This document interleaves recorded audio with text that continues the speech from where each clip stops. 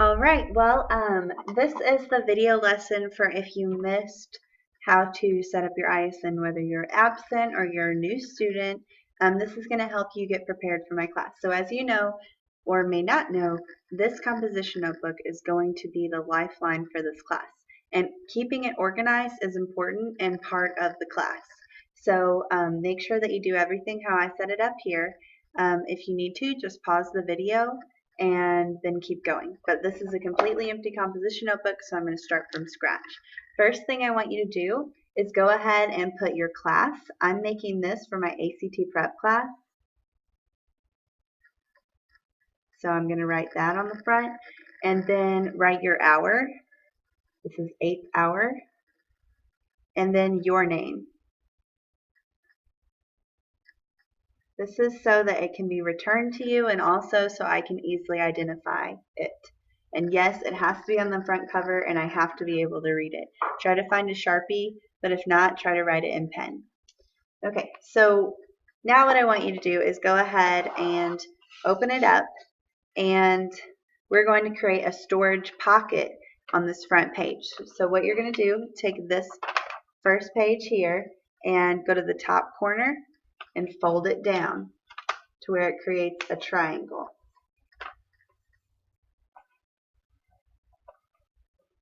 Now what I have here is some double-sided tape. So if you don't have any, this is all you're going to be able to do. When you come into class, you'll have to actually tape down your pocket. What we're going to do is tape it down like this and you'll have a pocket.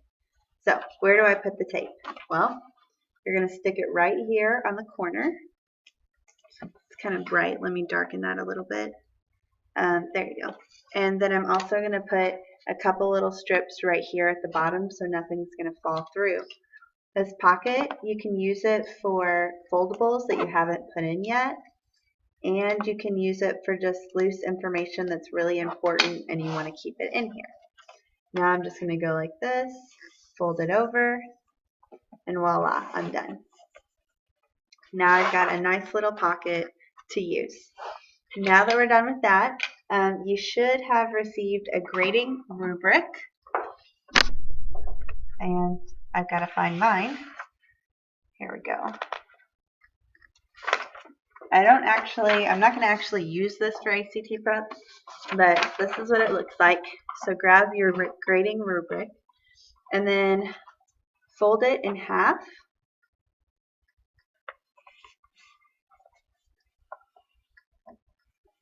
And you can either, I just want it so that it flaps open. So you can glue the back and so it flaps open like this, or you can glue it like this, or you can glue the top down so it opens up. But however you do it, I just want it so that you'll be able to open it up and look at the grading rubric. And you'll have to read over this yourself. I'm not going to go over all my grading practices right now. So then just go ahead and take a glue stick. We're not going to do this with double-sided tape. Again, if you don't have any glue at home, then you're going to have to do this at school and come get some glue from me. And you want to make sure it's got a lot of glue so it'll stay tight. And then press it down.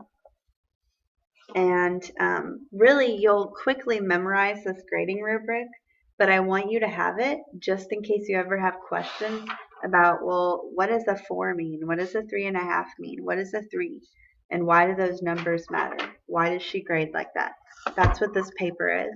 And on the front, I'm just going to put in a highlighter, I'm going to put grading rubric.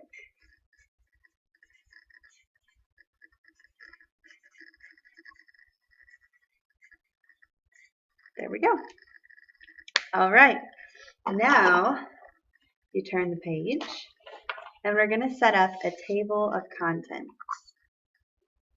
For this, it would be nice to have a ruler. I like it to be very organized. So if you don't have one, grab the edge of a book or something, be clever about it, and set up your table of contents that way. So for this, I'm going to use a pencil and just draw a straight line on this red line that's already there for you. We're going to make a couple columns. We're going to make a column there and then go over another ruler width and make another column. So you're going to have 3 columns, 2 skinny ones and 1 great big one. And then across the top, make a line.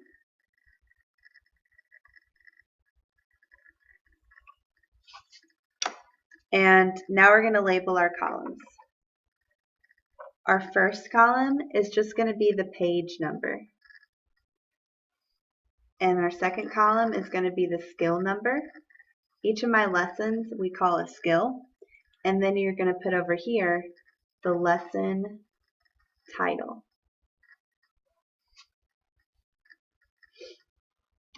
And that's it.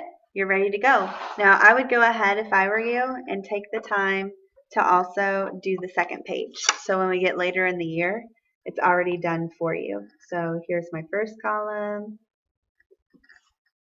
my second column, and my giant third column, and then I'm going to put a line across the top.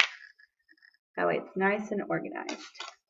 And then go ahead and put page number, skill number, and lesson title. Okay, we're getting there. Now we're going to number some pages. So I'm going to label with highlighter just because I want a little color, but you can just do with pencil. So this is page 1. This is page 2. On the next page, we're going to do 3 and 4, and we're going to label all the way to 8. So then 5 and 6 and 7 and 8.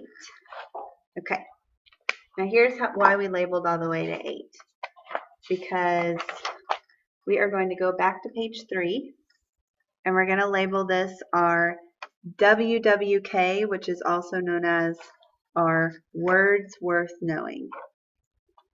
Words worth knowing. This is what I like to call our vocabulary section.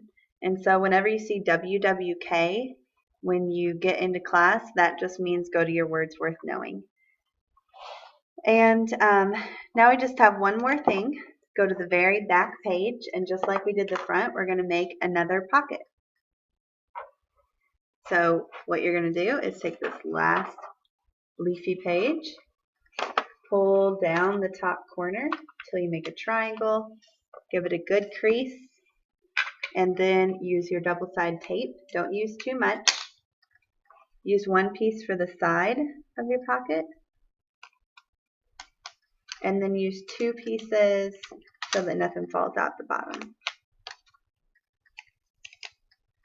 And I just pulled off my double-sided tape completely. That was weird. Okay, there we go. And then fold it over, and you've got a back pocket as well. And that's your ISN. Now you're ready to go for class.